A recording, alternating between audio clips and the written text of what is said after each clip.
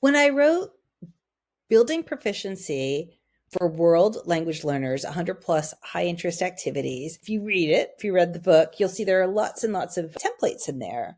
And here I have some that are editable. I put them together in a sort of extra right here, sort of bonus. So we have our checklist for a proficiency-oriented classroom. I always put those first because they're fundamental to remember what level is the goal, the target, and where are we now, and then it's always filling in the gap.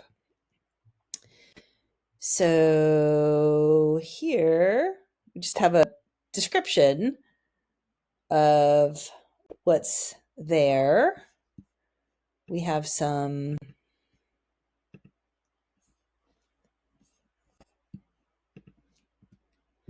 templates here on Canva to do some comparing and contrasting.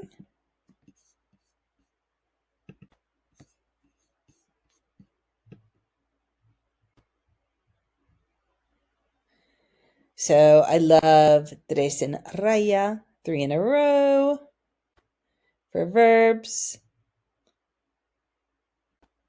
Battleship, 9 and 15 grid bingo. Oh, it's just a 9 grid bingo there. We have the verb chart and quiz, great for learning verb conjugations as well as Connect 4 for verbs. No prep game. Oh, I do have the 15 there.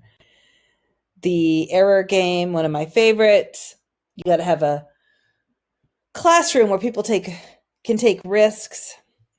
You want to write down really common errors and then list them out, and then in a way that isn't identifying to the person. And the game is you get the error, you make the correction, and then you get points for each correct game. It's answer. It's a great way to do a lot of grammar teaching in context.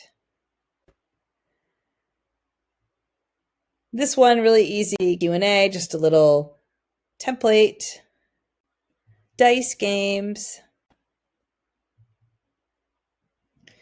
And here we go. We have some templates for just surveys, hand it out, walk around the room, talk to people, then report out the answers. Birthdays, what do we like? Favorite days, colors, animals. One of my very favorite activities to take a foreign language piece of text. Obviously, in this case, this is Spanish. You write 3 points of interest after you've skimmed. You write questions that can be answered with information in the text, and then you take all that information and you write a summary. So you've gone from reading to producing, input to output. This one's a little bit more advanced. This is argumentative work. You'll insert your own sources here, have 2 sources with opposing points of view. I like to use the example of bullfighting, though there are so many that you can use, right? Because people have such strong opinions about them. One might be an article about how it's being prohibited in Barcelona, and another one might be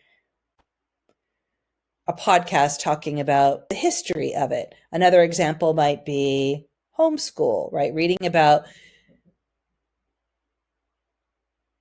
homeschool and what's good about it. And then your other source would be have an opposing point of view, just so they get some input on different ones. They agree or they disagree. They take information from the sources, and then they've organized their opinions, and then it's a great way to build that advanced level skill.